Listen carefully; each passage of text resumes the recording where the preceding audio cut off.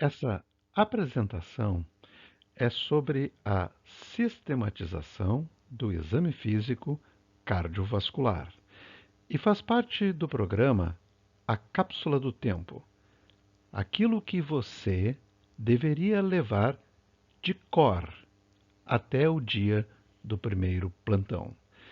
Eu sou o professor Samir Schneid, da cadeira de Semiotécnica Médica. Se você tem um estetoscópio, esse pequeno vídeo se propõe a lhe ajudar na sua utilização. Em 1816, René Laennec, preocupado com o diagnóstico de tuberculose, inventou o estetoscópio. Com o passar dos anos, o estetoscópio passou a ser utilizado no exame cardiológico. Nós, no LabEnSim, criamos um módulo de exame físico cardiovascular com o objetivo de melhorar a acurácia desse exame. Nesse sentido, os conhecimentos de anatomia e fisiologia são fundamentais, mas não suficientes. Por isso, elencamos 10 princípios que objetivam aproximar os seus conhecimentos de anatomia e fisiologia com uma maior probabilidade de efetividade diagnóstica. A posição do paciente é importante, porque os sons cardíacos mudam conforme a postura. O exame do ictus, ou do ponto de máxima impulsão, é muito importante. O local onde colocamos o estetoscópio é fundamental para a correta interpretação do que se está auscultando. Os sons cardíacos mudam conforme a fase da respiração.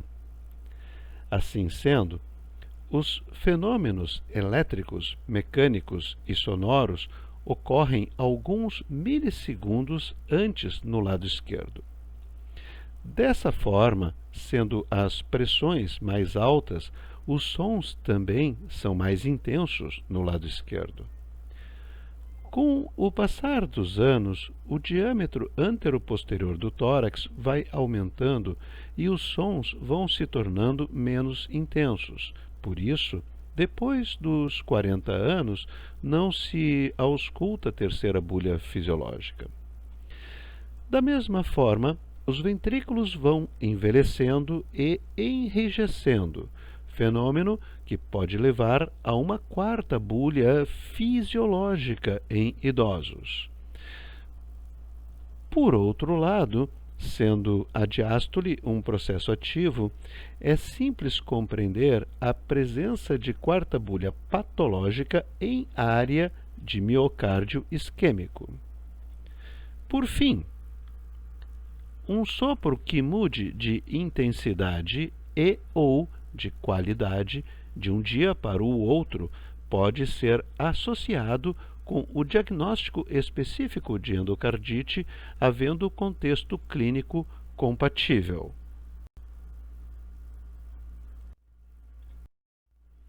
Dos 10 princípios aos 5 dedos. Então, inicialmente, o polegar, a ectoscopia, o dedo indicador, o pulso venoso jugular, o dedo médio, os pulsos arteriais, o dedo anelar, lembrando a importância do exame do precórdio, e o quinto dedo, a ausculta cardíaca. O paciente deve ser examinado em posição supina, com a cabeceira elevada 30 graus. Esse autorretrato do pintor espanhol Goya traz alguns aspectos importantes da ectoscopia no exame físico cardiovascular. A expressão de sofrimento na mímica, bem como a palidez facilmente perceptível ao comparar com o rosto do médico. Também a mão esquerda contraturada, denotando talvez a sensação de aperto experimentada pelo pintor durante uma suposta crise anginosa. Seguindo o exercício, é possível notar a mão direita parética e correlacionar a doença aterosclerótica cerebral com a mesma patologia em nível coronariano. O pulso venoso. O dedo indicador nos lembra de examinar os pulsos venosos. Clinicamente, tentamos examinar a veia jugular interna direita, a transmissão das pulsações dessa para os tecidos superficiais. O exame dos pulsos venosos é importante em dois sentidos.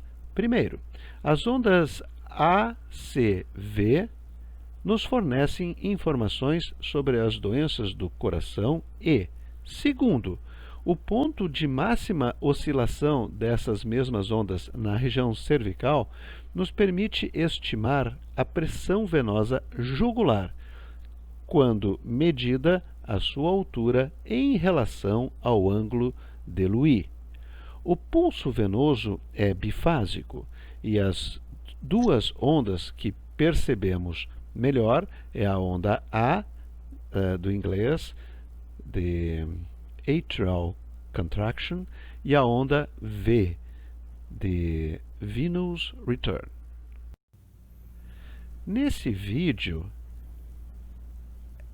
de um jovem saudável, podemos perceber as pulsações venosas da veia jugular interna direita nessa região e da veia jugular externa aqui. O pulso arterial monofásico costuma ser visível aqui. Os pulsos arteriais precisam ser palpados. Numa suspeita de dissecção de aorta, por exemplo, o pulso radial esquerdo precisa ser comparado com o direito. Noutro exemplo, suspeita de coarctação de aorta, é útil observar se há retardo entre a condução para o pulso radial, entre a condução do pulso radial para o pulso femoral. Assim como, na suspeita de doença arterial coronariana, a probabilidade será maior se houver alguma assimetria entre os pulsos pediosos, denotando a presença de doença arterial periférica. O exame do precórdio começa pela inspeção atenta, evolui com a palpação dos focos auscultatórios em busca de impulsões, passa pela pesquisa de frêmitos com a região hipotenar da mão examinadora e segue para o exame completo do ictus. Em relação ao ictus, sendo o ictus palpável na posição supina, devemos observar os 4 seguintes parâmetros. Primeiro, a localização. Se o ictus estiver deslocado lateralmente à esquerda da linha hemiclavicular e ou inferiormente, abaixo do 5º espaço intercostal, há sobrecarga de volume. O tamanho não deve ultrapassar o diâmetro de uma moeda de 25 centavos. A amplitude também é observada, mas o critério mais importante é o da duração. Se, enquanto auscultamos as bulhas, percebermos que o ictus se mantém palpável até a segunda bulha, há sobrecarga de pressão. E essa informação pode ser muito importante para o diagnóstico de doenças potencialmente graves. Portanto, a duração do ictus é importante de ser observada.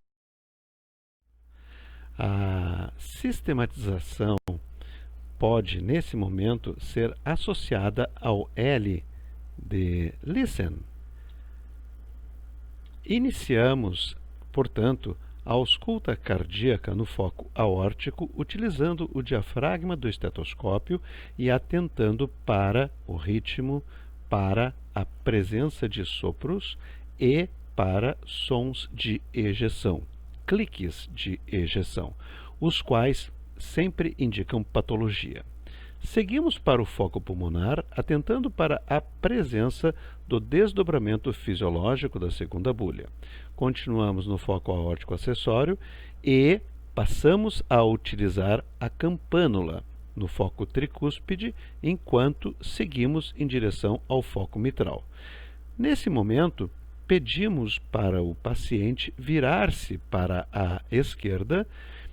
Identificamos o ictus por palpação, se possível, e aplicamos a campânula de leve, atentando para a presença de terceira ou de quarta bulha e para o sopro de estenose mitral. A seguir, devemos pedir para o paciente sentar-se no leito e vamos prosseguir a ausculta no foco pulmonar. Então, com o paciente sentado, inclinado para frente, em expiração forçada e com o diafragma do estetoscópio posicionado firmemente no foco aórtico acessório, vamos completar a ausculta até o ictus, pesquisando por sopro de regurgitação aórtico. Um sopro diastólico, patológico, como todo sopro diastólico. Durante toda a ausculta, para aumentar a probabilidade de reconhecer os sons de forma verossímil, o examinador deve concentrar sua atenção em um som por vez. Assim, encerra-se o vídeo sobre a sistematização do exame cardiovascular do programa A Cápsula do Tempo. LabEnSim, Laboratório de Ensino por Simulação. Por que fazemos isso?